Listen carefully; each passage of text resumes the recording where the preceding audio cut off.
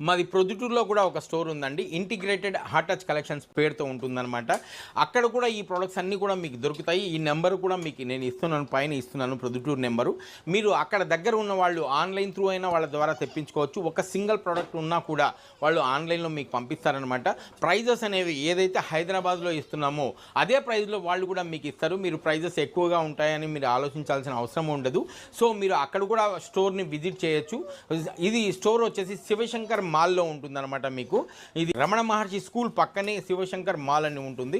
ఆ శివశంకర్ మాల్లో room number 28, shop number 28లో ఉంటుందన్నమాట.